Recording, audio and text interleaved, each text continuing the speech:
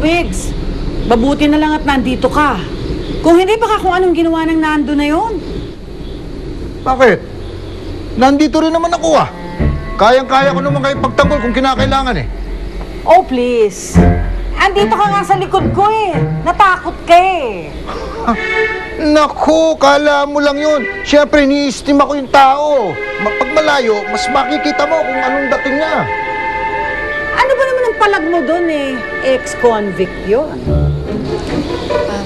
Salamat talaga kanina, Migs, ha? Pero sa susunod, huwag mo namang hamunin. Ikaw talaga, baka mo naman mapano ka pa, ha? Huwag kang mag-alala. Hindi naman ako natatakot sa ungas na yun eh. Tsaka, isa pa. Hindi naman kita pababayaan. Ano Karin? papabayaan? Meron ka bang pesting ahem? Oo!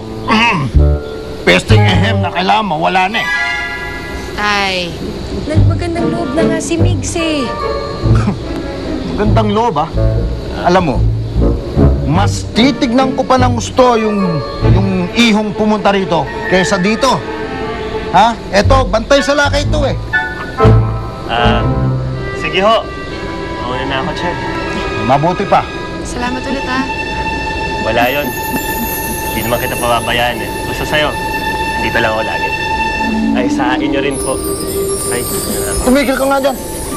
Eh, pag ganyan-ganyan pa kaya, bagong gimmick nyo na naman dalawa, no? Ay, talaga. Lagi na lang. Kaya pasok na kayo dun, pasok na kayo dun. Maambo na pa tayo. Halika na.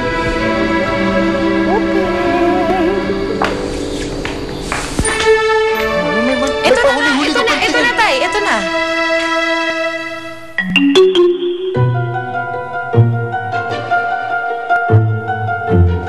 Ano na? Wala pa ba?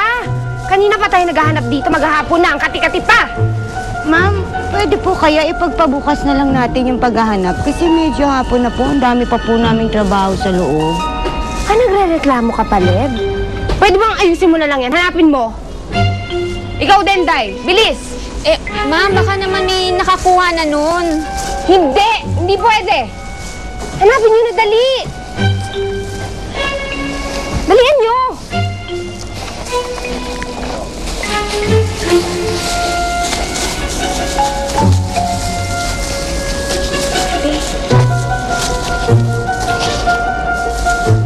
This is to certify...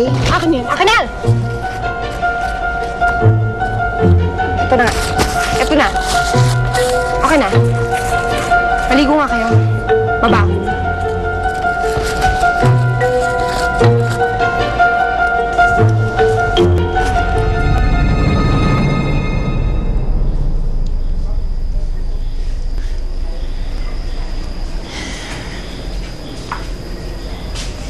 Trudis,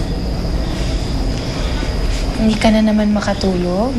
Namimiss ko po si Tatay Lito, tsaka si Papa Nick. Tito Shed, yung mamawa po kanina, siya po ang tunay na ama ko. Hindi pa natin masabi, Trudis, eh.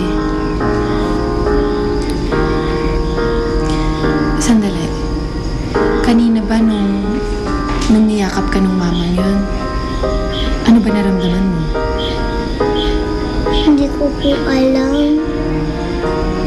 Pero pag si Tatay Lino naman o kaya si Papa Nick ang yumayakap sa'yo, ano nararamdaman mo? Masaya po. Pero sa mama, hindi ko po alam eh. Ganun ba? Kailan niyo po ko ibibigay sa kanya?